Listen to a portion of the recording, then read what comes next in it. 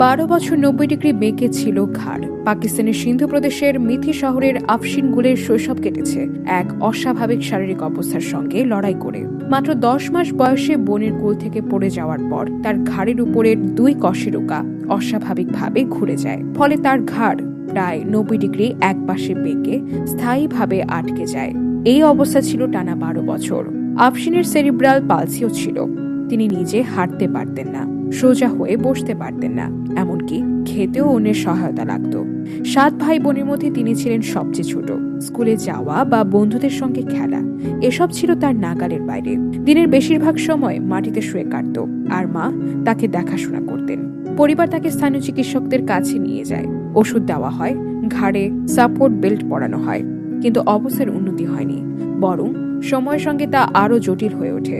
2017 সালে তার কাহিনী আন্তর্জাতিক গণমাধ্যমে প্রকাশ পায়।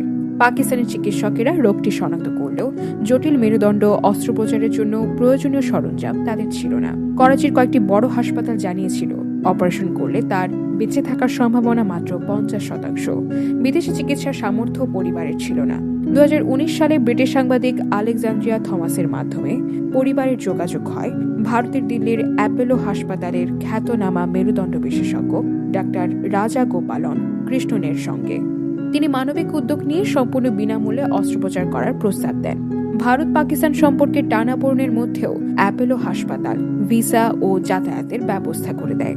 2021 সালের নভেম্বরে পরিবারটি ওয়াঘা সীমান্ত পেরিয়ে দিল্লিতে পৌঁছায়। আফশিনের 4টি বড় অস্ত্রোপচার প্রয়োজন হয়। মূল অপারেশনটি হয় 2022 সালের ফেব্রুয়ারিতে। 6 ঘণ্টাব্যাপী অস্ত্রোপচারে চিকিৎসক দল টাইটানিয়াম রড ও স্ক্রুর সাহায্যে তার মাথার খুলি ও মেরুদণ্ডকে স্থিতিশীল করে ঘাড়কে সোজা অবস্থানে ফিরিয়ে আনে। অপারেশনের সময় হৃদযন্ত্র বা ফুসফুস বন্ধ হয়ে যাওয়ার ঝুঁকির কথা আগেই পরিবারকে জানানো হয়েছিল, তবে শেষ পর্যন্ত অস্ত্রোপচার সফল হয়। 4 মাস পর আফশিন নিজে হাঁটতে পারেন, কথা বলতে পারেন, অন্যের সহায়তা ছাড়া খেতে পারেন। শৈশবের পর প্রথমবারের মতো তার ঘাড় সোজা হচ্ছে। ডাক্তার কৃষ্ণন এখনো নিয়মিত অনলাইনে পরামর্শ দিয়ে যাচ্ছেন। পরিবারের সদস্যরা তাকে জীবনদাতা বলে উল্লেখ করেছেন। চিকিৎসকের ভাষায়, চিকিৎসা না পেলে আফশিনের দীর্ঘদিন বেঁচে থাকা কঠিন ছিল এবং এই ধরনের ঘটনা বিশ্বে অত্যন্ত বিরল। একটি শিশুর জীবনের নতুন সূচনার এই গল্প সীমান্ত সংঘাত পেরিয়ে মানবতার দৃষ্টান্ত হয়ে উঠেছে।